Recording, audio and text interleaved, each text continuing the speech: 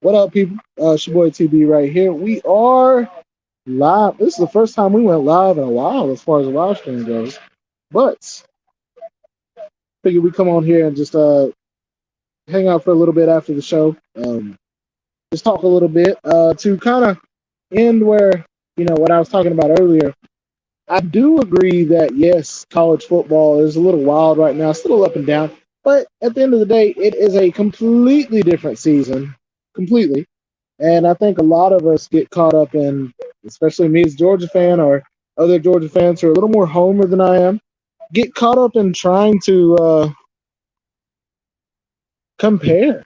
Uh, oh, snap. What is up? Dominic is here. He says Green. Oh, his name's Green Gibbs, 54. I like it. What's up, big dog? But no, I think we get caught up in trying to compare last year's or the year before's team to whether it's our own team or whether it's other teams. And I see that a whole lot. So I really just want y'all's opinion on that. I know Georgia is not the Georgia from 2 years ago as far as defense. I know that Georgia is not the Georgia from last year as far as offense. But I do think with a lot of first year, with a lot of what we have, I think it is going to build. I really think that. I think Georgia's look better every single game, and that goes for other teams. Ohio State and Notre Dame. Their defense is what, fourth and fifth in the nation, third and fourth? You don't ever see that. So I just think you see, what's up, Falcons fan? You just see a lot of different that comes into, I'll post the link in the chat, but you see a lot of different. And I think people either aren't used to that, they don't know how to handle it. And like I said, I think that is the difference when it comes to college football as a whole. So, like I said, just some things to think about. It's okay if college football is different. We're also coming into that era of the playoff. So, and we're not talking just the normal playoff. We're talking the 12-team playoff.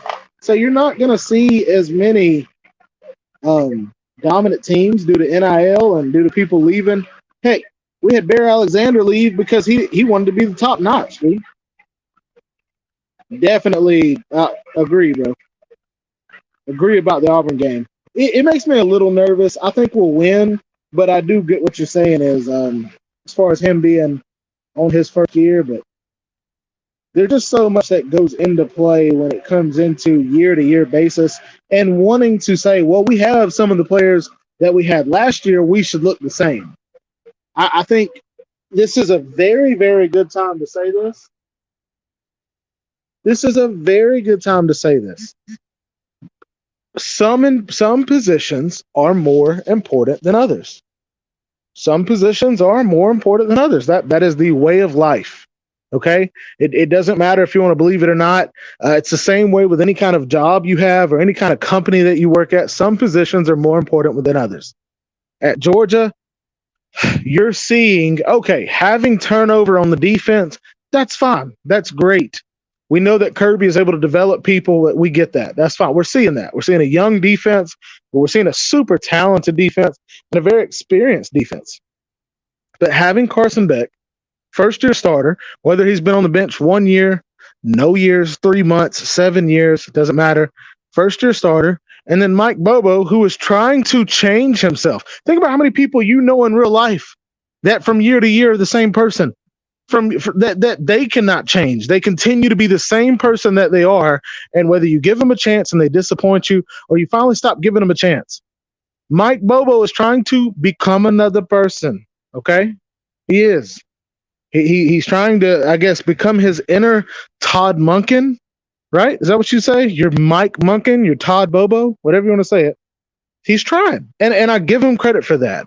But the only disappointment to me as a Georgia fan, and you guys can tell me what you think from your team, what your disappointment is of the offense. People have told me, dude, Carson Beck has a lot of completions. Look at his completion percentage. When half of our offense are freaking swing passes left and right to Dominic Lovett or the halfbacks, or Brock Bowers in a one-on-one situation just throwing it to the side or trying to do a little shovel pass to him that counts as a freaking pass, I have a problem with that. I do. I have a problem with that. So that's kind of where I'm at right now. just a sorry to go on and on. If you're in the background right now, my phone has kind of frozen, so I'm going to pull it up on the other one, and I will pull you in. I promise. But it's just a big deal to me to really have to deal with stuff like this. It's annoying as crap, but I know at least seeing these first 4 games of Georgia, we're getting better each week, and there are a lot of teams that can say that. Heck, at least Florida State can say that they had their struggle game, then they turn around and they beat Clemson at Clemson. There's a lot to be said in beating history. Some people, oh, it doesn't matter if you have a good team, you have a good team. No, guys, they literally went in and against all the odds, against all the history, all that pressure, were able to beat Clemson. I said Clemson was a decent team. And anybody that's a Clemson fan will tell you, or some people that aren't a Clemson fan will tell you, these guys have won every game they've played. Clemson has, but not on the scoreboard. They're winning it in yards. They're winning it in defense. They just can't finish. So shout out to Clemson for that. I'd hate to hype them up on a stream by a Georgia fan, but anyways, give me just a second. Give me just a second there, buddy. I need to pull that up. Falcons fan, if you're in the background, give me just a second. I'm loading it up right now. But like I said, that's kind of my goal. Just my point of expertise is just trying to show that things are different this year, and it's okay to say that. It's perfectly fine to say that things are different. As soon as we start trying to, compare this year to last year, I think that's when we get. I don't know. I think that's when we get into, oh well, there's no way this year can be the same year as last year. Hold on. Oh.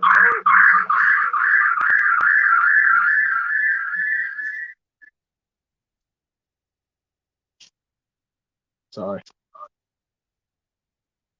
Can I not pull my people in, dude?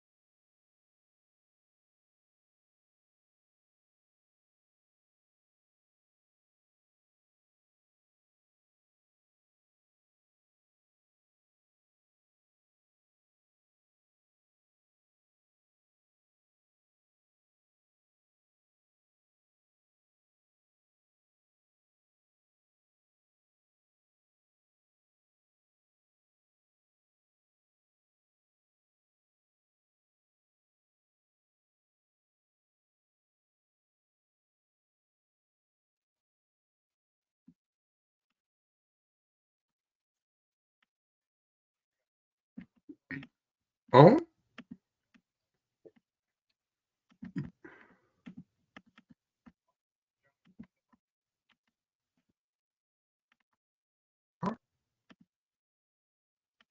Is there a Dominic on here? Hey, yo. Can you hear me, Dominic? Yep, I got you. All right, Dominic, take the floor real quick. I got to figure some stuff out.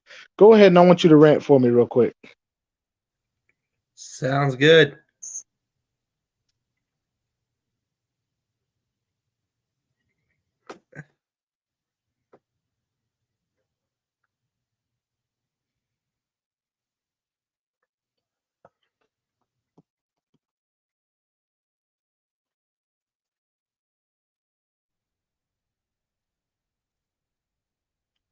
Falcons fan, what's good? There you go. Go for it, big dog. Take over the you can take over the show for like a good 2 minutes. Go for it. Okay. What's up, Falcons fan?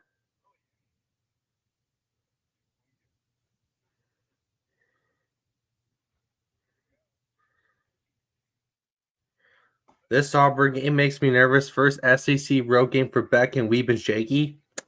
Yeah, Auburn's been shaky the first couple weeks of the season. So, yeah, let's see what those Auburn Tigers got this week.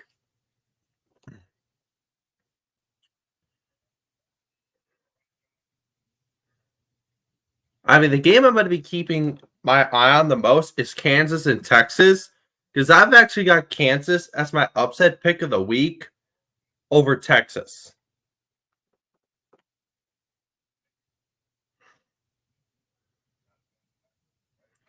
So, yeah, I got Kansas as my upset pick of the week over Texas. So, yeah.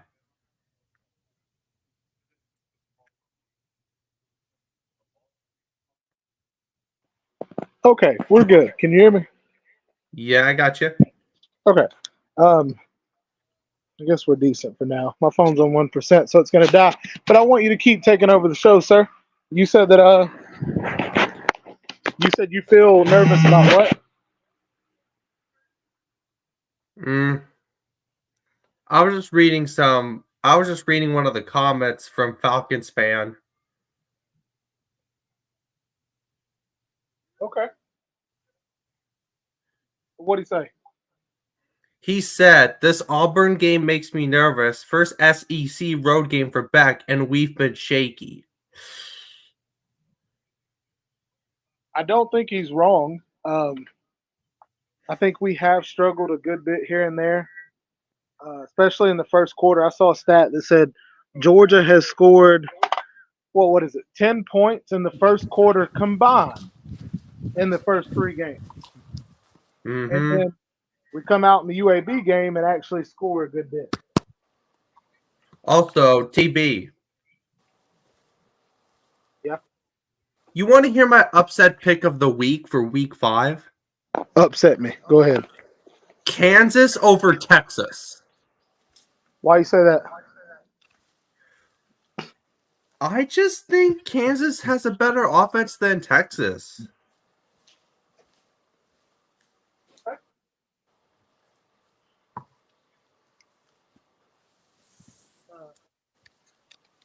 Okay. And to me, I think that Kansas offense is going to be kind of tough to stop. So I think Kansas can upset Texas this week. Falcons fan, what's up, big dog? What is up? Do you hear a crazy echo? I do not. Okay, good. I'm gonna go ahead and move you guys to the other room. If this phone dies, I'm gonna lose my crap and put a hole in the wall that I don't have. Give me just a second. Ugh. All right, so yeah, explain more, Falcon, on your thought of the whole Beck, first away game. Like, I mean, I agree, but I just want to hear from your opinion. Well, I'm nervous about the Auburn game because it's Carson Beck's first road game, and I don't think he's quite shown me so far that he has the energy to bring his guys together and be like, all right, guys, look, it's all it is a bunch of fans yelling, don't let it worry you too much. We just got to hunker down and do our thing. He hasn't shown me that he quite has that leadership aspect to him yet. Do you not agree, though? There's not a more perfect scenario for him to be in because he's going against a really good defense. We can both agree. It's a really good defense, crazy crowd, but a terrible offense. So it's like this is the best scenario we could see is if he goes in there and just dominates the defense, at least we know, okay, dude makes good decisions even when he's playing a good defense. But the only thing we have not seen him is when he's under pressure in the other two. Well, I take that back. He might not have been in a shootout, but that South Carolina game was pressure to be able to come back like that. Yeah, he was able to come back from a double-digit deficit, but that was at home against South Carolina. And it's also not like South Carolina scored again in the second half, and it was like, dang, it's 21-10 or 21-3. Like it was just score. It wasn't like it was like, okay, dang, fourth quarter, we're still down by 14. But that's better than nothing. Yeah, and I think. Hey, GB. Yeah. Hey, is it okay if I talk about a college football game I'm going to be watching on Saturday at 3:30 p.m. Eastern? As long as it's not 3:30 Pacific, hit me with it. It's 3:30 p.m. Eastern. This one I feel like should be good. Arkansas State and Massachusetts. Why do you think it's going to be good? Listen, I've seen both teams play, and both teams, they have losing records, but honestly, if I were to pick, I'm going to go with Massachusetts. With you, Matt? Yes. I don't blame you. I don't think I've seen either one of those teams. I'm sure Falcon, you're probably the same. You haven't seen one of those teams play? Of course not. Well, I have. So I'm going to go with Massachusetts. I say they win 31-20 over Arkansas State. We'll keep that as a note, and next week when we go live, we'll do our best to kind of remember that, okay? Okay. For sure. Just because, even if you lose, it's not a big deal. Bet, how art thou? How you mama and them? Also, I love you, Bet. That's a bet. But I will say, dude, with this Georgia team, I want us Falcon fan, and Dominic, tell us who your team is real quick. I know, but I want the chat to know. Oh, my team, it's the Virginia Cavaliers. Who everybody thought was going to be trash, but you guys have surprised a lot of people. Not saying you're not trash, but you're not as trash as people thought. You have competed in a few games to where people are like, okay, Virginia, Tony Elliott's not doing as terrible as we thought he would do. But I want to bring up Georgia in this just because I know Falcons fan. I haven't talked to him in a long time, but I wanted to tell him this. I want you to bring up Falcon, and I'll tell mine after you say yours. What's the difference between this team and last year's team, but positive? What's the difference? Positive. Yeah. It can be any aspect. That's a tough one because just about everywhere has looked worse. Now, but okay, well, agree with me on this. Or not, no, don't agree with me. Agree with me if you want to on this. I think our special teams is a lot better than last year. I think our return game, yes, did Makai Muse fumble? Yes. But we have not had a good returner in a long time, dude.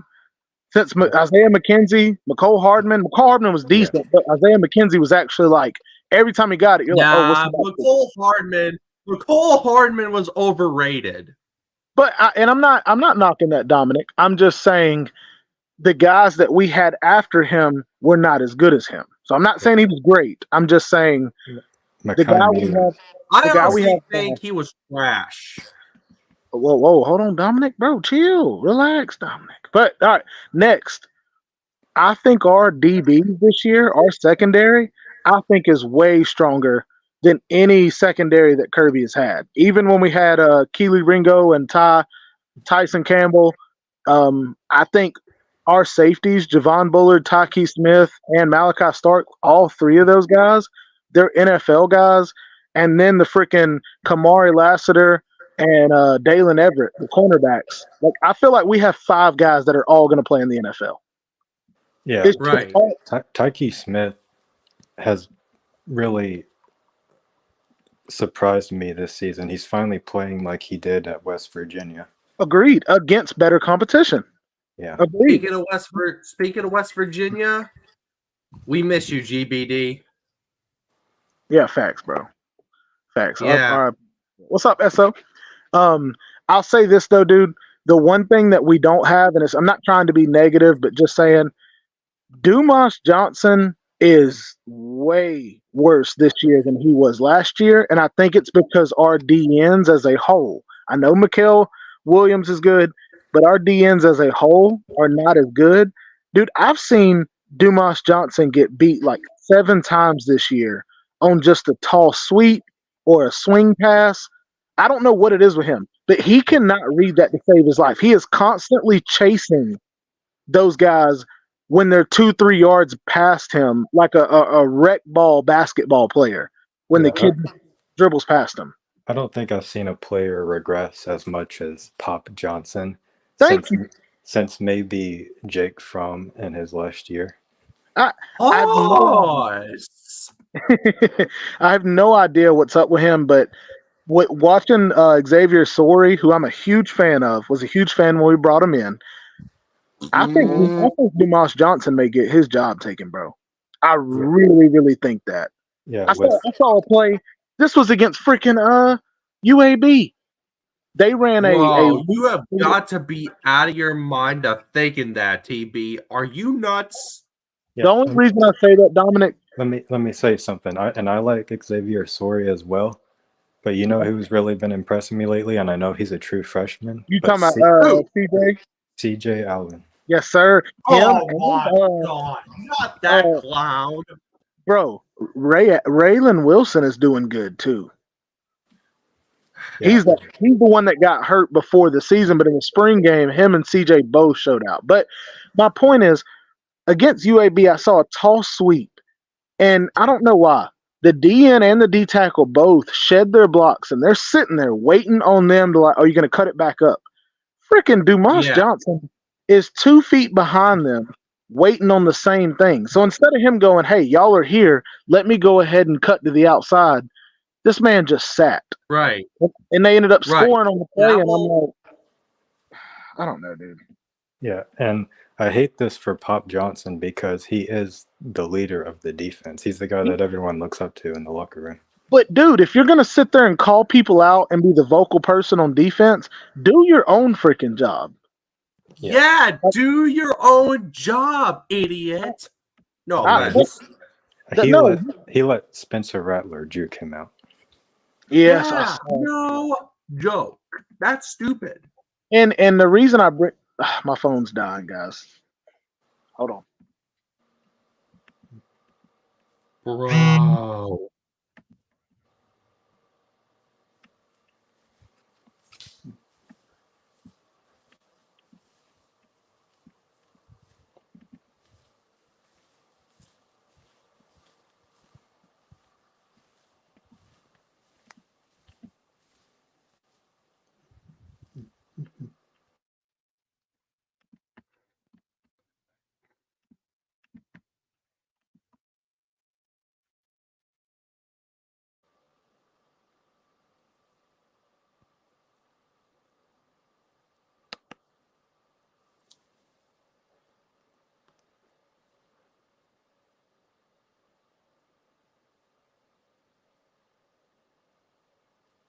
Yo, we got someone new in the chat.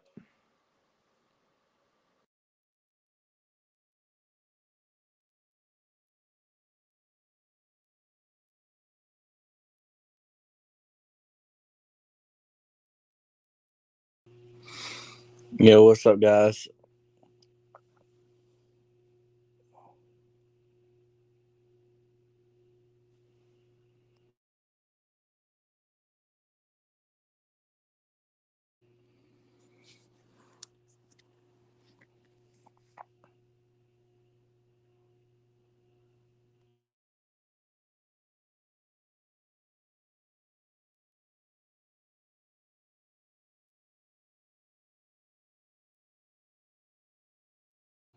Can y'all hear me?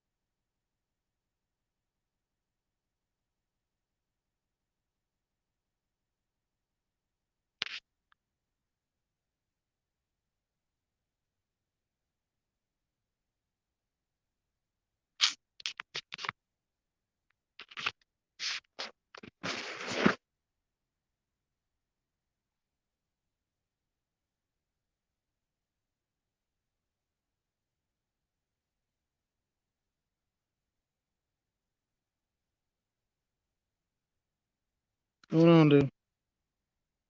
Oh, y'all can hear me?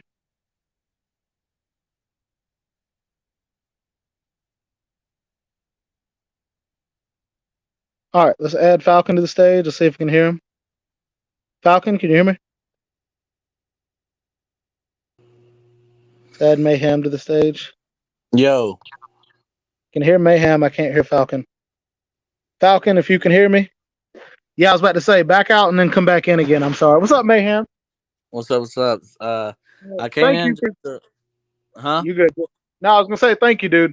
This is the whole reason when my laptop broke. This is why I stopped doing live streams as a whole, just because it pisses me off at how stupid and how non-simple it is to just click and go live. That's it. That's all I wanted to do. Click, go live. That's it. But no, I've got to do backflips, bear crawls. I've got to join the military, serve 4 years of mandatory service, go to Korea, solve the freaking North Korea, South Korea border problem just to be able to go live for 7 minutes before my audio goes out.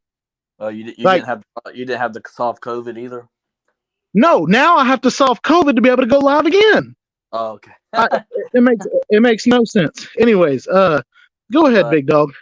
I heard y'all talking about I done lost my train of thought, but No, we were talking about like the positives of this year's team compared to last year. the West Virginia transfer. Hold on, real quick, Falcon. Can you hear us?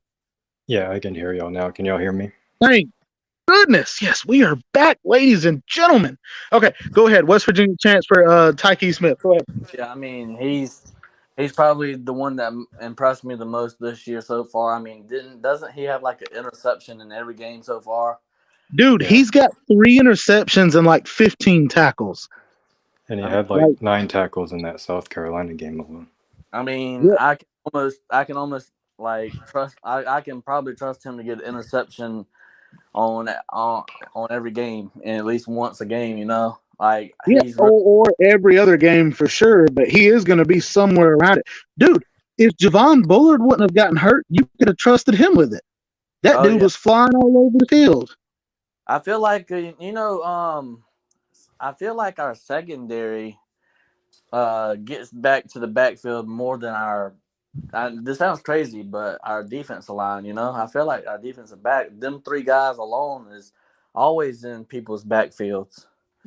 Dude, well, the thing you're seeing is last year and the year before, our front 7 was legendary. Now Kirby is in a full 4 or 5 year recruiting class. Our secondary is legendary. Yeah, I mean, now we're just losing, you know, front 7. Go ahead. Now, one guy that I've been keeping an eye on is Jordan Hall. Man, he's great. He like by the time I mean, I know he's a true freshman, but by the time he gets to sophomore, junior, I mean, this guy's going to be a stud. He's going to be a force to be reckoned with. This guy, Jordan Hall. Who else am I thinking of? Darren Smith, I think is his name. That was a play against South Carolina. I thought he was Mikael Williams. He came off and literally threw the tackle onto his back and tackled Spencer Rattler. And I was like, dang, look at Mikael. And it was like, wait, 19? I was like, wait, snap. That was a true freshman, dude. But the only gripe that I have, now, tell me if I'm wrong, because I could be wrong on this, right? You're good. Go ahead. Like, does it seem like, all right, now, through the first 3 games, not the first 4 games, but through the first 3 games, it felt like Mike Bobo's play calling was way too predictable, like a run, pass, run, pass. Dude, don't even get me freaking started. This mother freaker would run, and it'd be a great run. And Falcon, you can tell me if I'm wrong, dude. It'd be a great run. An 8-yard, 9-yard, 10-yard run. Everybody's hyped up. The very next play, the same run call. The same exact gap, everything. But my thing, you know, a lot of people that I talk to are blaming the offensive line, you know, I think it's the left side not blocking too well, but I mean, I think we do have one. I mean, we bring back everybody except for like one person, right? No, I'll go ahead and answer that, Mayhem. Our offensive line is not the problem, and I don't care what anybody says. They can be like, "Well, we're only rushing for this much." Shut up. We have the best core of offensive linemen in the country, 1 through 10. We literally have a second string 5 that would all start no matter where they were at right now. It's just when the other team loads the box with 8 or 9 players and you run the same play 2 or 3 times in a row, it's not like you're playing the college football game on PS3. You're not playing NCAA 14 and you can just push people around. This is real life. Yeah, I was thinking the same thing, but my uncle's a diehard Georgia fan. Me and him go back and forth. He's like, you can't. He's of the opinion that, well, you're running plays so you can set up stuff in the second half. Dude, but how about Todd Monken? And I know he's one of the greatest we've ever had at Georgia. And Falcon, I know I want you to answer this part. I really do want your input. Did it not seem like Todd Monken, he did not run plays to set up others in sacrificing yards? He wouldn't run a play to lose 2 yards just to set up another play. He would run every play he ran was to try to gain yards, even if it was a different play. Yeah, and I think, and a lot of this might be because Carson Beck does not have anywhere near the legs of Stetson Bennett, but when we would get those big runs, we would hurry up to the line and then do a nice play action deep downfield instead of just handing it off again. But at the same time, why is Mike Boa running a read option with Carson Beck and he never pulls it? He pulled it one time and hit a move and scored. But it's like we're running a read option and the other team's defense is going after running back every time. And we're getting a loss in the backfield for 2 yards every time. Honestly, I don't know whether to blame Bobo for that or Beck, because Beck... You're saying if he has the option, why is he not pulling it? Yeah, because Beck is not Jake Fromm or Jacob Eason. He's not Stetson Bennett with his legs, but he's quick to an extent. He could get 6 or 7 yards on the read option if he wanted to. I agree. But here's my see. I kept on saying every single week after the first game, I said, well, I would like to see Georgia punch somebody in the mouth and score on their first possession, right? Just so you can make a statement saying, okay, we're still Georgia, Agreed. Like, we're still like just because we don't score that many points in the first half, we're still Georgia. At least make a statement, like go down the field, score. Hey, this is just a statement saying we're still Georgia. We're just running like a vanilla offense, but we are still Georgia, right? Yeah. But like that's what I wanted to see, and I felt like I saw that versus UAB.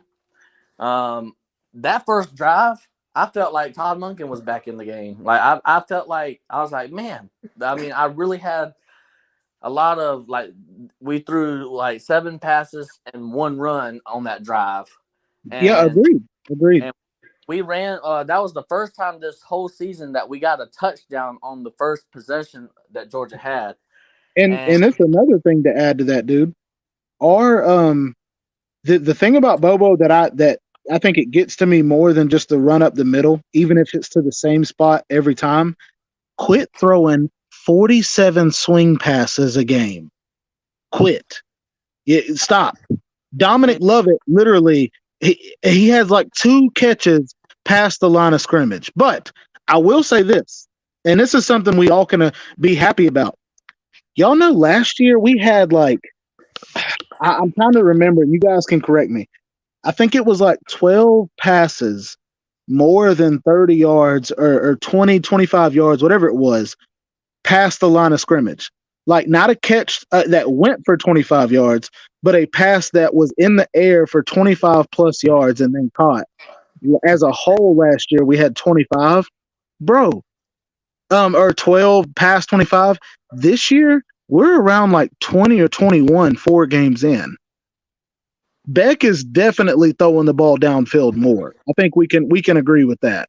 But he did. And that's what you're supposed to do when you have Carson Beck in there. His strength is his arm. It is, and he's missed a few throws, and I get that. That's fine. But 4 games in, I blame that one deep ball to Arian Smith on Arian yes, Smith. no doubt. No doubt. but Georgia looks better every single game that we've played. And I know it's because Carson's getting more and more comfortable. But if Carson perfects the downfield game, our running game is going to do exactly what we saw against UAB. Dude, I don't care if we got 17 running backs hurt. If the defense has to back up to cover the deep ball, our run game's going to destroy people, dude. Yeah, I mean, I'm looking forward to seeing this game. It's this is going to be Carson Beck's first road game. I'm going to the game. Oh, dude. Okay, well, you better give us the freaking 411 on it. Like I'm excited. This is my first time ever going to Auburn ever. I've never been to Auburn, so it's going to be. I hope it's going to be fun. I mean, I hope we win. Well, but I think Falcon kind of made a good point too. It's Carson's first road game as a starter. And did y'all see that interview with him and Aaron Murray? I don't know if y'all saw that a few days ago. No, I didn't. So Aaron Murray was asking him, like, what do you do on your college days? Like, how do you go about things? Long story short, Carson does not watch any college football. He holds it. He makes sure he watches no games.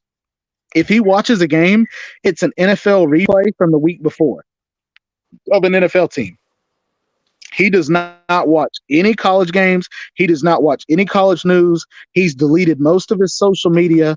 And to me, I think that's the difference between him and Stetson. Stetson used it in a good way to motivate him, to fuel him. But I think Carson, the thing that's going to help him out as a first-year starter, the only noise that's going to get to him is the actual game. He's not going to get the noise of, before the game, looking at social media. He doesn't even watch College Game Day. And Aaron Murray was like, dude, are you serious? He's like, yeah. He said, I don't do that. And he's like, dude, good for you. So yeah, I think this will prove a lot to us this weekend. I mean, that reminds me of kind of like the Stetson Bennett flip phone thing. He had the flip phone. Yes. Yeah. Yeah, but even Stetson Bennett would get all those texts from Tennessee fans. Yeah. But yeah, I agree. And I think y'all, what we've seen now is, go ahead, man. I just feel like, I don't know about y'all, but I know we gave up 21 points. Now, nobody's talking about this. I've been watching a lot of Georgia channels. Nobody's talking about the blunder that Kirby Smart did right before the halftime, 20 seconds to go, calling a timeout because you're greedy. I don't. Why? Why did he call? I mean, why did he call a timeout? Hey, now I think I disagree with this opinion. Now the reason though, Mayhem, and I'll say this before I let Falcon go or say what he wants to say. I think Kirby was trying to make up for the fumble of Makai Muse, because that fumble gave UAB a touchdown. That game should have been 7, maybe 14 points. But we gave that fumble up and they got the ball in like the 20 and then scored in like 2 or 3 plays. And I feel like Kirby in his mind was like, we got to make up for that. And it's like, you know what I'm saying? Like, I feel like Kirby is like too hard on himself. Anyways, go ahead, Falcon. You explain what you were saying. Well, the offense had just scored on the last possession. It was 28-7. And they ran the ball for like no yardage, and there was a minute and a half left. We had all 3 timeouts, and Kirby Smart wanted to try and get the ball back to get another score on the board.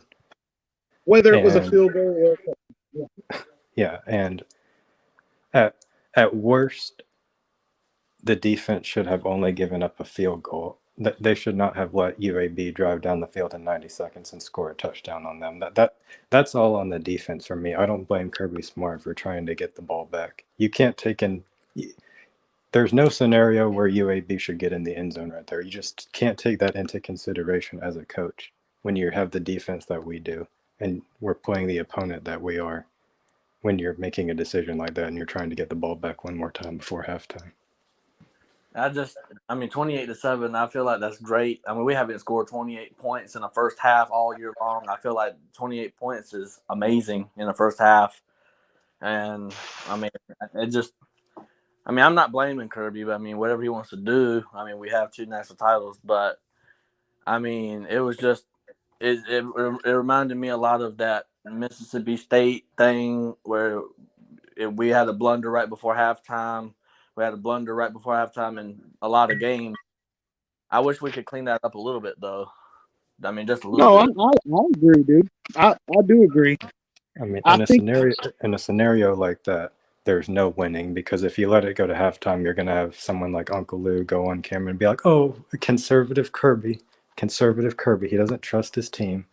And if it doesn't work out the other way, we're gonna be complaining that he called timeout and tried to give his team another chance. I'd rather hold them to 7 points and a half, and maybe they only score 14 than rather 21 points because we still beat them by 20 points. But what I'm saying, no. To your point, though, Mayhem. I think even though I kind of agree with you, I think it's a big what if. I think it's a what if we would have just played it conservative and held them compared to what if Kirby would have scored again and had it 28 or 35 at halftime. So yeah, and I do think Georgia's under a lot of pressure, or at least I thought that. But I know we're all Georgia fans, so give me your opinion. Oh, hold on. LW. Look, dude, I made this YouTube a long time ago, and my thing was Tiger Baskins way before I thought I'd be a college football channel, and it just happened like that, so that's why it's a Tiger. But I think as a Georgia fan, I am so happy that for the first time in a long time, we have an Alabama schedule. We have an easy schedule because Carson and Bobo, but they need all the experience they can get, dude. I mean, is it really easy, though? I'm not saying easy. I know Georgia just happens to be a lot better than a lot of these teams, but it gives us time to be able to go through the ebbs and flows before ever playing a big game. Because take a look at our schedule next year if you don't think this one's easy. But what I'm saying is we have ranked Missouri, ranked Florida, ranked Tennessee. Oh, Florida will be a lot better before we play them. They're getting better every week. Ranked, we have a ranked Ole Miss team in there. That's 4 ranked teams, and then we also have an undefeated Kentucky. That's 5 teams that are on our schedule. That's pretty good. Plus, I mean, I know it's not the best schedule in the world, and it's probably an easier schedule than we've had in recent history. I mean, the last 2 years, I think we've had one of the hardest schedules in the country. Agreed. And Mayhem, and I think you're making a great point. And I guess it proves me wrong because I'll change what I said. I don't mean to say we have a trash schedule, but I'm really happy we don't have to play an Ohio State or a Florida State in our first couple of games because we all agree, dude. Carson Beck is not ready for that right now. He may be in a few games. And the dude's averaging 300 yards a game. I think our schedule took a big hit when we had to cancel the Oklahoma game. I found out why that was. I was very curious. The reason why Alabama got to play Texas and we canceled ours is because they already started the series. Yeah. And they started the series, yes, before Texas and Oklahoma made that full commitment. They had already started it, so they had to finish it. And we had to cancel ours because if we'd have started it, we'd have had to finish it, and they would have been in the SEC already, so it would have messed up their schedule. So I'm super happy about our secondary because let's name the top quarterbacks in the nation: Michael Penix Jr., Sam Hartman, Caleb Williams. You guys go ahead, help me out. Caleb Williams, Quinn Ewers, Sanders, maybe. Yeah, but as far as teams we would get the chance to play, I think our secondary, dude, I feel like, Jordan Travis, I think they're ready for it all. The only thing I'm worried about is watching, and I hate singling them out, but I have to. We got to be critical. Is watching Dumas Johnson, bro, let people take off for 8-10 yards and seeing him run behind them like a peewee football team player chasing a running back. So what was he doing? I know he got a flag for doing like something with calling the disconcern calls. That's the thing in the last couple of years, dude. That Roquan Smith and who was it before Roquan or after Roquan? Nakobe Dean. Those guys did really good job of getting our guys to shift without it sounding crazy. Dumas has had like 3 of those this year, where the referees think that you're trying to call the snap for the center, and they call a flag on you. That's what that was. Yeah, Yes. delay a game on the defense. Yes, but the thing about Dumas though, and him, you know what? No, I won't just call it Dumas. Dumas Johnson and Dan Jackson have the worst angles I have seen from a Georgia player in a long time. Those guys. Dan Jackson should not be on the field at the University of Georgia. I'm sorry. I was actually really play high. against who was it? South Carolina with a dude beat him. Yeah. What'd you say, ma'am? They threw a screen and he lunged at the player's foot. I was really instead high. of breaking down. I was really high on Dumas Johnson. I really was, because I heard in the off season that he had lost a lot of weight. You know, he was really locked in, and I was like, man, he's going to be so much faster. He's going to be like, this guy's going to be a force to be reckoned with. Like, I was really high. The thing is, Mayhem, Dumas Johnson's not terrible. It's one of those, like, if you were playing NCAA 14, Dumas Johnson's run stopping ability is through the roof. He is a really good run stopper. He's just a terrible cover guy. And he doesn't have any sideline to sideline speed. He just looks so slow out there. Agreed. He is a north and south guy. Roquan and Nakobe were sideline to sideline. And that's what I see out of Xavier Sorey, dude. Xavier Sorey, I really see that. And like you were saying, Falcon, CJ Allen and Raylan Wilson, that's that hybrid that Kirby has started to recruit at linebacker. And I just hope that if Dumas doesn't get his crap together, dude, his play is going to get shorter. We all know Kirby. He don't give a crap, bro. And so far this season has just made me, and I don't like, crapping on kids for leaving the program or whatever, because it's none of my business where they want to go. Yeah. But I really hate that Bear Alexander left the team, because you can tell this team is missing that superstar big guy up front. Yes, it is, dude. I agree. I think we have the seniority, and I know that's why he left, because he's like, dude, I got 3 senior D tackles in front of me. But like Mayhem was saying, Jordan Hall, we're seeing burst out of him that's like, bro, he's going to be a good player. We saw those same bursts, if not more, out of Bear last year. But Bear Alexander, I mean, from what Bear Alexander said, I'm not saying I don't know what the real actual truth is, but from what Bear said, that he was only going to be like a third down guy, and he was. You're right. David Pollock even said it. I mean, he wasn't promised the number of snaps that he wanted. That's exactly right. And I get it, but what, man? The reason for that was Jordan Big Baby Hall during the offseason was, I mean, I'm not going to say he was beating him out, but he was definitely, getting up there with the reps. I mean, he was knocking at the door.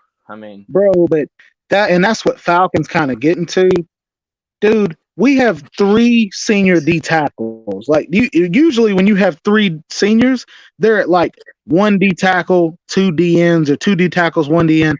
All 3 are D tackles. Could y'all imagine Jordan Hall and Bear Alexander next year on the field at the same time? Oh my goodness, dude. Yeah. That's 2 D. That would have been the top. It would have been like Ole Miss when they had what was it? I forgot their names, but they had the top 2 D tackles in the draft board on the same freaking team. Like, but it is what it is. We have I forgot his name. He's not Jordan Hall, but it's the guy that when he signed. Christian's good too. It's the guy that when he signed, Jordan Davis. Yeah, I don't know if you remember on Twitter. He was passing the torch to this guy. He's from North Carolina. But he Garrett. Jamal Jarrett. Yeah, Jarrett, yes. He's like 335, 340. He's a big guy, but he's one of those projects that Kirby's getting ready. So I hope by next year we'll see a Jordan Hall and Jarrett. We'll see a combo from them. And I give my hats off to how Georgia's playing right now, based off of, I mean, like, the Alabama man and the Ohio State man want to blame a loss because of an injury. Georgia's all banged up right now. Dude, we have 22 total, not starters, but 22 total guys hurt, and I think like 7 or 8 starters. So I mean, I give my hats off to these guys. I mean, they're still playing. I mean, amazing football. And I know what you're going to say. We haven't played anybody. I mean, it don't matter. I mean, we're still playing. I feel like if Mike Bobo would stop that run up the middle crap, we could be scoring 40 points a game, even on everybody. I really do. Well, right now we're averaging 39.3, I think. But the only thing that I want from Bobo, and I would be happy. I don't care about the swing passes because they do get us positive yards. I get that. Everybody wants to stack the box against us. I get that. But I wish Bobo would run the single eye and run it off the tackle. Don't run it up the middle. Like that move that Dylan Bell made in the game 2 games ago where he hit the juke move and took off for a touchdown. That's what the single eye used to do for like Todd Gurley or Noshawn Marino. You would give them space. The read option crap allows the D lineman to be able to hit a move and then finally get in the backfield before the running back even gets the ball. That's my only deal. I promise, that is my only big issue with the offense. Yeah. And as far as this running back room goes, I want Dejon Edwards to be our main back, and I want Dylan Bell to be the second guy getting the most carries. Yes. I don't want to see Kendall Milton, I know you're hurt, bro, and I know you're supposed to be a good back, but for the next 4 games, give that dude 2 to 4 carries until he proves he can sustain. Yeah. This guy Kendall Milton, I'm about ready to give up on him. I mean, I hate that he can't stay on the field, but he just does not look good at all, even when he is on there. Yeah. Well, you can tell it's one of those, y'all. You can tell he's at like 70 or 80%, and it's almost like he's begging Kirby to be out there, and then he gets out there and he goes from 70 down to 50 quick, and it's like, dude, A.D. Mitchell did not play until the playoffs and still looked amazing. So it's like, Kendall, we don't mind if you have to sit out for 8 games. We know you're good. We all remember that run against Tennessee where you threw like 3 people off of you and ran through 2 more. Like, we yearn for that at Georgia. And since Branson's out, I don't know, dude. I know that Georgia has a lot of issues, and I get that as far as the injuries go. I'm not going to make, an excuse for it. But Roderick Robinson and Branson Robinson, to me, those guys, they are going to be electric, dude. I know y'all saw it the first game or 2 with Roderick Robinson. That dude, he's nice. We've never had a running back like that at Georgia. I feel like once Branson Robinson gets fully healthy and Roderick Robinson, I think they're the future of Georgia's running back room. We'll go back to what Georgia used to be. Yes, we'll go back to that. Roderick has light feet, bro, and he's 240. Like, what were you saying, Falcon? Y'all just wait until Dwight Phillips and Chauncey Bowens get in here. Oh, yeah. Hold on, bro. You're naming the second and third back. You didn't even name the first one. I forgot. What's his name? Like, not Travis Scott. I know that's a rapper. But there's another guy that Georgia got. It was the last commit. He's like the number 2 or 3 on one recruiting thing. And then he's like 9 or 10 on 2 others. Is it Justin? But yeah, I don't know, but I know Dwight Phillips is the one, if I'm right, Falcon. He's the one that runs like a 4.3 40. Yeah, Dwight Phillips is the speed guy, and Bowens is really good as well. And Bowens is the one that's like, that man hits moves. They were comparing him to Keith Marshall in high school. But there's another guy, I forgot his name, but we got 3 running backs. Nate Frazier. Yes, that's who it's because I thought about Joe Frazier when I saw him. A lot of people are saying that he's the only running back in this year's class that is ready to go when he steps on the field. Which is exactly what we need because we have a very depleted running back room. Well, and I'm happy because there is no reason, y'all. There's no reason at all why Georgia should not have 6 good scholarship running backs on the roster. There's no reason. Well, I mean, we had Branson Robinson, but he's injured, and we also got that transfer from Tennessee.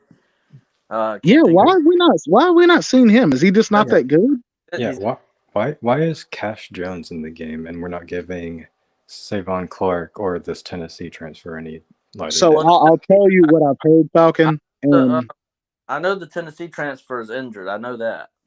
oh, okay, that makes sense. Because what I heard about Cash Jones is the swing passes. They make a lot of sense with him because they say he's the fastest running back out of all of them. What's going on with Andrew Paul? No, Andrew he got Paul, carries. He I got mean, carries with Austin. I mean, He's Cash getting- Jones getting more carries than him. I mean, I think.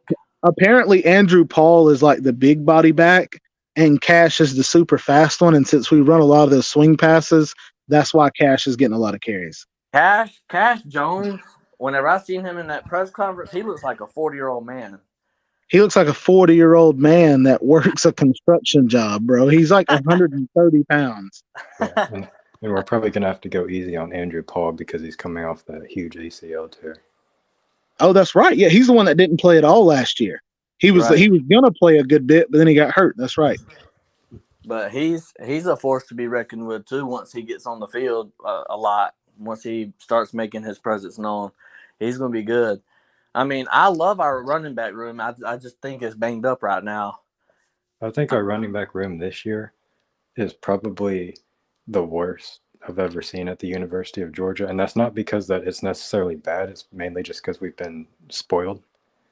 But I think that's a good way to put it. I think this class coming in is one of the best that McGee has ever recruited. So I think we're going to get back to that soon. It is, but then compare it to last year and the year before, it will be the best we've ever had at Georgia. I mean, if we had all our running backs healthy, Branson Robinson, Roderick Robinson, Dejon Edwards, the Tennessee, I'm of the belief that it is a lot better than, I mean, like a couple years ago. I mean, I get what you're saying. Yeah, Chubb and Michelle, that was great.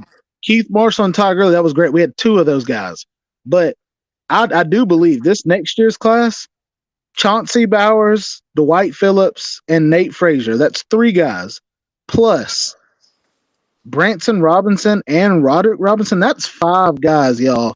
That would be the guy. Since we're talking offense and the future recruiting classes, Nycar broke my heart, man. I wanted Nycar to come to Georgia. I know. I was so mad when that happened because he was the first commit in the entire 2024 class. He was, and he was a top 10 receiver. I really want Nycar to come to Georgia. I mean, he 4-star. I mean, he was a 3-star, but now he's a 4-star. But he's really good. I do think, though, y'all, we'll end up getting somebody. Not saying we'll get the Jeremiah Williams guy that's committed to Ohio State, the one that wants to play with Dylan Raiola. But just from watching it, guys, I have seen more Georgia receivers open downfield this year than I've ever seen. Like, there were times last year with Stetson where I'm like, bro, but this year, it's only been 4 games in, and I'm seeing them left and right. And I know a lot of that is to do with Bobo's whole style of play of that let's run up the middle all the time. It makes people have to stack the box. Yeah, I mean, but what has me scratching my head is that Kirby Smart gets up there in the press conference and he says, well, this is the same exact playbook that we used last year. I mean, that's the same thing of him saying that Ladd McConkey's day to day. That dude lying his teeth off, bro. I mean, that man lying his women's tennis golf visor off, bro. Like, I actually do think Bobo's taken a bit of inspiration from Monken. It's just taken a while to get there. Yes, I do see that. I think our offense is better week to week, but Bobo still has his tendencies of, you know what Bobo reminds me of? He reminds me of an NFL coordinator. Those guys that go, this play worked. Let's run it again. It's like he almost overthinks things. He feels like the other team is going to go, okay, that play worked really well. They're probably going to run something opposite of it. And it's like, oh, no, they ran the play again. No, dude, in college, when you break for a 30-yard run, people are going to stack the box to stop that 30-yard run. And that's what Monken understood. I mean, if you break, go ahead. Sorry, I was just going to say, and when we hired Bobo, everyone was always like, oh, well, Bobo didn't succeed because he didn't have any talent. But once he comes here, he's going to have so much talent, it's going to be hard for him to fail. And I was just like, You don't remember that he had Aaron Murray, Todd Gurley, Keith Marshall, Malcolm Mitchell, Chris Conley all on his team? Dude, this is away from Georgia, y'all.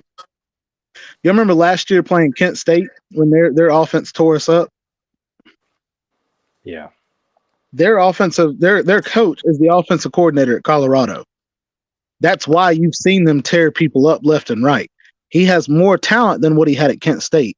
But the only thing he's lacking right now is an offensive line. And a running back room. And a running back room.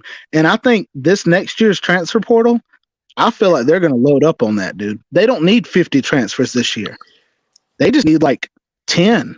They need a defensive line and an offensive line of bodies, big bodies, and a few running backs. I feel like Colorado is going to make a huge jump next year. I may be stupid. Y'all can tell me wrong, but And because Edwards is a really good running back. He needs more help. he needs more help, bro. He doesn't need to be taking 50 snaps a game. I agree. Yeah, because this Auburn game coming up, he's really our only healthy back. And the way to beat Auburn is to run down their throats because their DBs are actually really good. So I predict that Dejan Edwards is going to have over 20 carries. Now, two things though, Falcon. I think Mayhem was talking about Donovan or Dylan Edwards. That's at Colorado. That's what he's talking about. Oh, never mind. But to your point, though, yes, Dejan Edwards will do that. What, Mayhem? I wanted to say earlier about what you was talking about, the whole running up the middle thing. Normally whenever you run 10 or 8 to 10 yards or whatever, or have a good run in general, right? Then you probably want to go for like a play action pass or something, right? Yeah. That's my thought process. We had a really good run. Okay, they're going to stack the box. Now's the time to do a play action, get a man like Ra or Dominic Lovett or insert receiver here. I think Georgia's receivers, we have the deepest receiving core in the nation. That I just believe that. I really do. We do have depth. We have a lot of depth. We might not have as many receiver power, like star power as Ohio State, but we do have a lot of depth. Because even our freshman, isn't his name C.J. Smith? Yes, him. Yes, agreed. Anthony Evans. We have Tyler Williams. Williams. Yeah, we have. All of them are 4 stars, yeah. I think. But what we're not taking into consideration is the new Georgia tradition where our best wide receiver transfers after this season. I guess Ladd McConkey's. I think that's why he's sitting out. Ladd McConkey's sitting out because he's about to transfer. That's what it is. Yeah, Jermaine Burton, A.D. Mitchell, now Ladd's gonna go. Yep. I just feel like is it crazy to stay? All right, so what would be more of a? Did Ladd McConkey make Stetson Bennett, or did Stetson Bennett make Ladd McConkey? I think both. I think Stetson did his thing, but I think Ladd McConkey is really good too.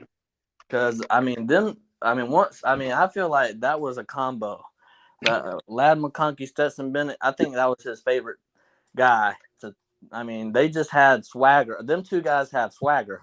Which is such a crazy combination. Like, when you go through the last 5 years of Georgia's recruiting classes and you speculate why they won back-to-back national championships, you never think it's because of walk-on Stetson Bennett and 2-star Ladd McConkey. Mm-hmm. But, see, I was trying to tell somebody, like, I know Alabama has 4 and 5 stars all over it. I get it, right? I just think our 4 and 5 stars and our talent are better because they're developed better. Wouldn't you agree? Mm-hmm. They were trying to tell me, well, they have just as much talent. They probably do have just as much talent, like as far as star rating goes, but it's not showing on the field. I'll tell you what, though, if we were to play Alabama this year, I'm nervous about Beck going up against Caleb Downs. That dude might pick the ball off. I don't think now, here's the thing. Like, to me, Alabama, they had the number 1 recruit class, number 2 recruiting class, number 1. They should be still dominating, but I don't know what's going on. I mean, they're not playing like they just signed a number 1 recruiting class a couple years ago. They're not looking like it, anyways. That's because they're not fully developing everybody. That's why. I've not been impressed with Proctor. Oh yeah. Well, dude, that was my thing, and I know people say this, but guys, Alabama went on a run of having quarterback after quarterback that came in and was able to step up and do good. And I know people are like, yeah, that's because they played him a good bit. Yeah, you say what you want, but Milroe, it doesn't matter how many games you play him. The dude's trash. Like that's not a quarterback. Is it because he's trash, or is it because the offense coordinator is not using him to his strengths? I mean, you can say using him to the strength, and I get what you're saying is, okay, maybe run more read options, maybe run more quarterback design runs, but Bama doesn't need anything extra. But you could put an average Joe, a guy that works in an office that can throw the ball 5 yards left, forward, and right, they'd win a national championship. They have that much talent on the roster. But you got Milroe back there, and he can't even read through first, second, and third progressions, and then he takes off running, trying to do a cartwheel and a backflip, and then a juke move, and it's like, you don't need to do all that, dude. Your talent, your roster is loaded. You don't have to do all that. But here's the thing. They're trying to, from what I've seen, they're trying to make him more like, I'm not saying a pocket passer, I'm not saying that, but like I just think they're using him wrong. They're trying to and you're not wrong. We're both. I would agree. Both of us are right. They're not using him the right way, but at the same time, you shouldn't have to use a quarterback that way. Like even Jalen Hurts. Like Jalen Hurts is a 10 times better quarterback than Milroe. And like LW said, half the sacks aren't the O-line's fault. I know. Milroe is not very good at reading through progressions. We can see that. Yeah, but we can see from the South Florida game that he's the best quarterback on that team. That is true too. But I mean, I think Carson Beck's definitely better than Milroe. But what I'm saying, I mean, there has been times where Carson Beck had wide open guys, and we still threw it to our check down guy. Dude, I saw where Aaron Murray kind of talked to him about that in that interview. You guys should definitely look it up. It's on there. The Georgia's like YouTube or Aaron Murray, like the NIL YouTube. It's like Players Lounge or something. Yeah, Players Lounge. Aaron Murray was like, dude, he said, I have to agree. He said, you're a lot more disciplined than I ever was. He said, I see you going through progressions. And he's like, I see you hit the check downs a lot. What's your mindset? And Carson was like, well, I have to tell myself the downfield pass will be open. It will be open at some point. It will be. He said, but if I just continue to make the right read, when that downfield pass is open, I just have to make sure to hit that pass. He was like, but I can't try to make that pass happen. And that is something that I do like about Beck, because even though I get mad about the check down, I'd be a lot madder if this man was trying to throw deep every time. Like, and it wouldn't happen, if he was trying to throw a bunch of 50-50 balls, because Jake Fromm would throw a bunch of 50-50 balls. And when the ones who we would get, I'd be excited. But then the ones we wouldn't, I'm like, why are you throwing into double coverage? What are you doing? Fromm is probably the one of, I'm not going to say the dukiest, but one of the dukiest players. I mean, his passing completions were god awful. Well, but you got to think, but we had Hudson Mason and Grayson Lambert who dominated completion percentage, but were god awful quarterbacks. Yeah, Grayson Lambert set a record for completion percentage. Yeah, wasn't it like 21 completions in a row or something? And it's like it was versus South Carolina. Yeah, that's right. 25. Yeah. So, but that's all I'm getting at, guys. At that time, South Carolina was god awful too. I mean, yes, but that's all I'm getting at is I don't mind if he hits the check down. The only thing that I want though, Bobo, why when it's 3rd and 4? Are our check down receivers 4 yards behind the first down marker? If you're going to throw it to the check down, shouldn't he be at the first down marker? That way, if it's an incomplete, we still got a punt. But if Yeah, he's 4 yards behind the first down marker, oh, hey, guys, another completion. Let's cheer on Beck. Yeah, but we still got a punt. Yeah, but now he's 21 of 23. We still got a punt. I think Like- that's by design because we trust our guys to catch the ball and then run Make down a the move in field open space. or make a move more Yeah. than we do them creating separation on a route alone. And that is a great way to put it. And I think that's one of those comparing us to Ohio State, it'd be the exact opposite. Ohio State would say, no, you need to make space. You need to create space. But And I think I'm what? gonna be honest with you, man.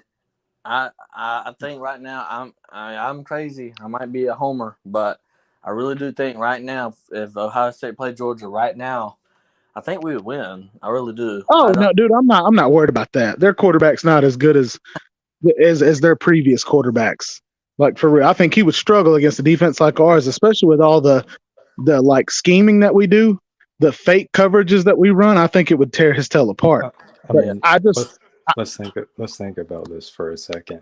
CJ Stroud is an infinitely better quarterback than McCord. yes. And in order to score 40 points on us, Ohio State had to have CJ Stroud's best game in his entire career. But flip side though, And- Falcon, and our they front still- seven was a lot better. And they still couldn't beat us.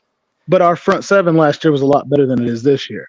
Yeah, that's a good point though. We don't have anywhere near as good of a team as we did last year on either But side of the ball. which one is stronger? But Which one is stronger? I think Kyle McCord is less. He's more. That's not going to sound good in English. It's not going to make sense in English. But he's more worse of a quarterback than C.J. Stroud was. Then our front seven is more worse than last year's front seven. And also our secondary is better this year. Agreed. That's what I'm saying is I think if And last year's secondary was a B plus and our front seven was an A plus, I think it's flip flop. But their quarterback was an A plus last year. I think their quarterback's a B minus this year. But you put Malachi Starks on Marvin Harrison. You put I'd rather put Javon Bullard on him. No, I'm kidding. I know Javon's hurt. I know. I mean, you just insert whatever here, but insert player here. But I mean, I just feel like, I mean, they have two great receivers. I mean, like great, like almost elite. Well, I would say elite. Two elite receivers. Yeah, Emeka Abuka. Yeah, and Marvin Harrison. Outside of that, if you lock both of them down, Kyle McCord's less than average quarterback. Well, and Kyle McCord can't extend plays like C.J. Stroud could. Think about it. That's what got him all those points. This man extended plays like crazy against Georgia. The only time that Kyle McCord came in clutch, I watched that Notre Dame Ohio State game. Yeah. Kyle McCord did everything not to turn over the ball, and that last 2 minutes, that 2-minute drill, I would say Kyle McCord probably played his best football in that 2-minute drill, leading them down the field and getting to that 1 yard line. That was probably the best pass that he made to that guy on the 1 yard line. But he's definitely not a terrible quarterback. But the thing like Falcon was saying, and I have to compare it to Bryce Young and C.J. Stroud were generational quarterbacks. Like those guys were amazing. Alabama with an amazing quarterback still lost 2 games.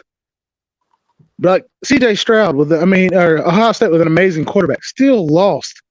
At the very end, I'm just saying, it's not like Georgia's taking a bunch of steps back in different directions. So the only thing with Bobo, he can score 81,000 points a game, but it's when we get in the crunch time, that's when he has struggled in his history.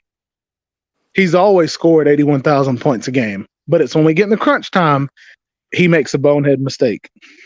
yeah, I mean, That's why our red zone offense struggled the first 3 games. We'd get all the way down there, and he'd run some dumb, boneheaded, let's run it 2 times up the middle. Yeah, but we're on the 12-yard line, Bobo. I know, but if it works, it will look great. You know what I haven't seen enough of this season? What's that? And it was a Todd Monken specialty. Those shotgun toss sweeps to the running back running outside. Oh, dude, we ran one of those against who was it? It was our only running play that was it was like 23 yards, bro. And then he ran one of them the whole game. It was to Edwards or Robinson. It was Robinson. That's who it was because it was as long as run play of the game. Yeah, And then we didn't run it again. That's been a Georgia signature going back to Herschel Walker, and it's been modified for the shotgun era, and we've only ran it like once all season. So but that's my thing with like I said, I think Bobo he thinks too much. Monken would set up plays with different plays. Bobo sets up plays with like 2 or 3 plays in advance. Let's run 2 plays to the left, same play, and then we'll run a play to the right that throws them off. Monken would throw a play to the left, to the right, to the water boy on the sideline, and then hit you with a deep ball. And you'd be like, oh, snap. Like, it was a completely different mindset. I mean, when we get inside the 5-yard line, is it wrong to say that Brock Bowers should be getting the ball on a jet sweep at least once? That or the one-on-one balls that Monken used to throw him, and he'd go up and snag them. Yeah. LW, facts, dude. That's why I drafted him for my fantasy team before the season. He said, CJ Stroud's looking good so far. He's got 900 yards, 0 interceptions in 3 games without starting tackles or center. No, I agree. CJ Stroud does look good. Bryce Young, I know he's struggling a little bit more, but both of those guys are going to be good in the NFL. You know who doesn't look very good at all, and it kind of maybe ages Kirby Smart's decision a little better than we would have thought. You're about to say Justin Fields? Yep. Well, part of me says yes, but then the other part of me, a lot of people have been talking about the Bears staff for the last like 2-3 years. I don't know if you remember, but they got that one of their coaches or administrators. I don't even know if he was a coach, but he got fired because he was trying to get the offense to throw games so they could like get a high pick. And he ended up getting fired by the NFL because he was purposefully doing it for like calling bad plays or calling whatever. And then I think it was Myles Garrett that was like, yeah, they ran the same screenplay 3 times in a row. He was like, and that was that play that Justin Fields threw a pick on and they ran it back for a touchdown on that game-winning drive or supposed game-winning drive. Yeah. I think Justin Fields just needs to go somewhere else, bro. I think didn't their defensive, I don't know if his defensive line coach or defensive coordinator, I can't remember, but didn't his house get raided and he resigned from the team or something? I mean, yeah. There's a lot of stuff going on with the Bears, bro. And we have to remember though, guys, the Bears have never had an offense. Think back to like Brian Urlacher, bro. They've been a defensive team always. So I wouldn't be surprised if their mindset was, how do we become the defensive team we used to be? And it's like, I feel like they're doing crap to try to get high draft picks. I think Justin just needs to get out, bro. Yeah, there's a reason why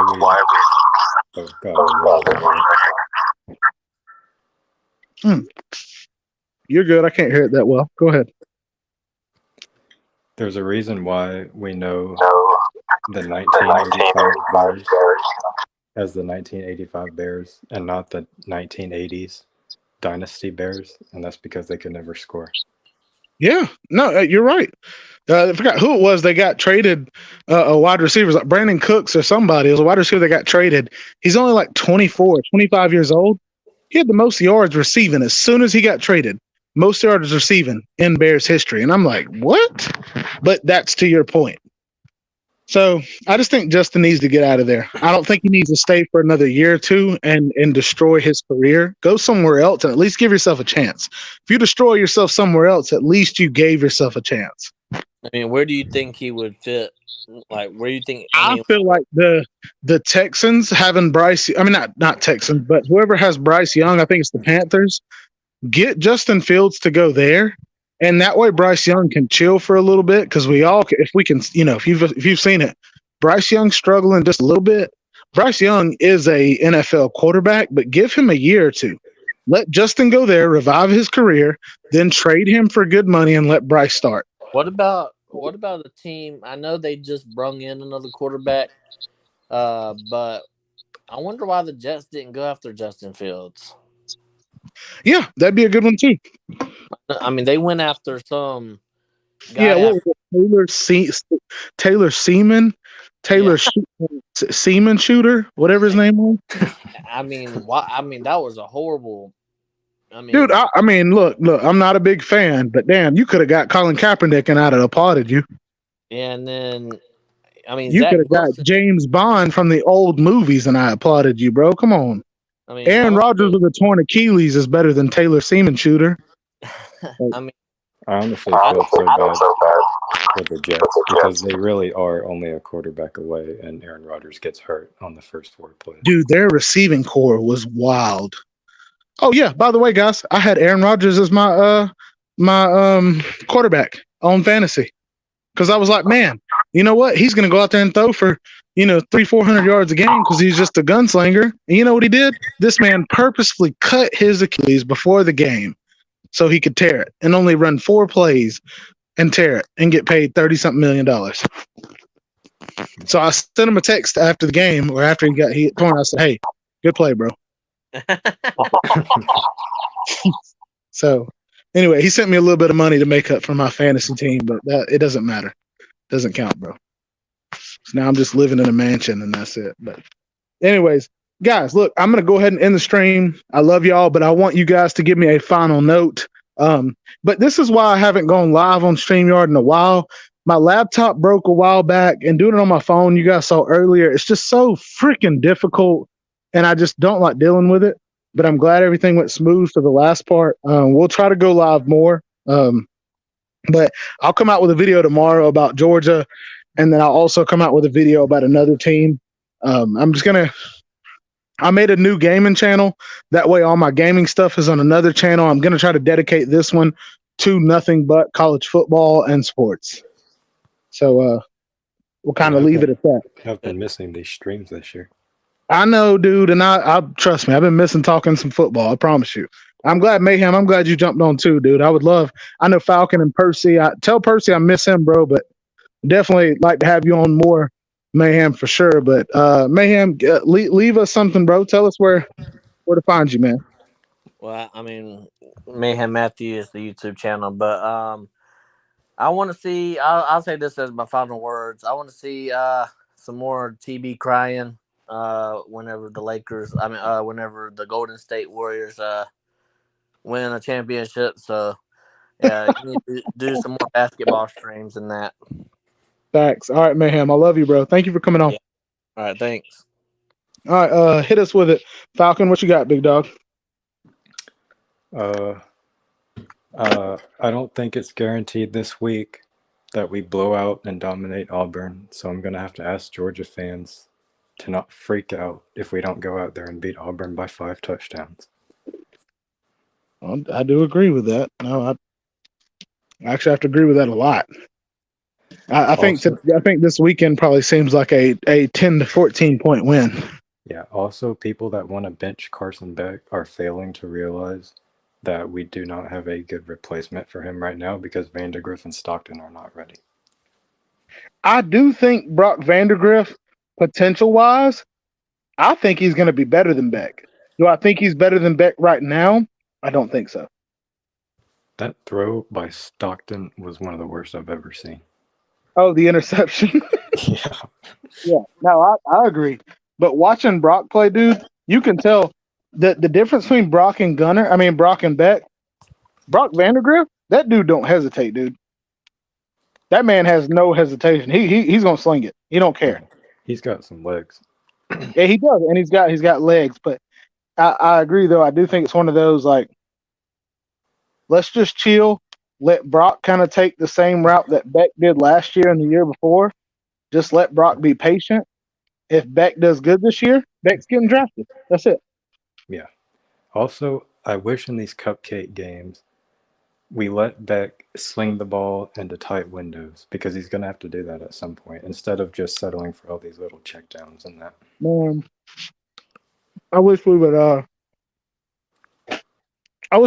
Beck. I wish we would let Carson. Not Carson, but I wish we'd let Brock Vandegrift let him play for a whole quarter or a whole second half. Quit letting him get a drive or 2 drives and then putting in Gunner. Yeah, because Like- Gunner's not ready at all. No, but it's like he's trying so hard to make sure they both get reps, and it's like, dude, I literally look and it's like Brock Vandagriff has 4 pass attempts, and you're like, yeah, but he played for 7 minutes. No, that's not the same. Like, let that man come in like Bama used to do with Tua or Jalen. Let that man get 15 or 20 pass attempts. So, I don't know. I'm glad Kirby is different, but he's almost there, bro. I just hope Almost. Royal lives up to the hype. Who? Dylan Royal. Yeah, I know. At least there's enough distance between him and Gunner and all them that it helps out. Because whether Brock or Gunner leaves, at least there's a 2-year difference between him and Gunner. And then if Gunner was to leave and Brock stayed, there'd be like a 3-year difference. Yeah. So either way, but thank you, my boy, and just make sure that you come on next time, and we will do this thing again. Yeah, I'll see if Percy's awake this time. Back. See you, Falcon. See ya. What's up, traveling fools? I'll definitely be live again. It's just I haven't gone live since my laptop broke. Kind of been annoying to try to go live. We had a struggle tonight, but we'll be live pretty soon. I'm gonna make a few videos this week. They'll come out tomorrow, but we'll go at it. But I love you. Love all of y'all. And your boy TB will be back at it again. And yeah, I'm about to watch Good Burger with Keenan and Kel on it. So y'all already know. And then after that, I'm watching Rocky 3. I've already seen Rocky 1 and 2. And we'll play it at that. So peace up, A-Town down, and go Dogs. Peace, y'all.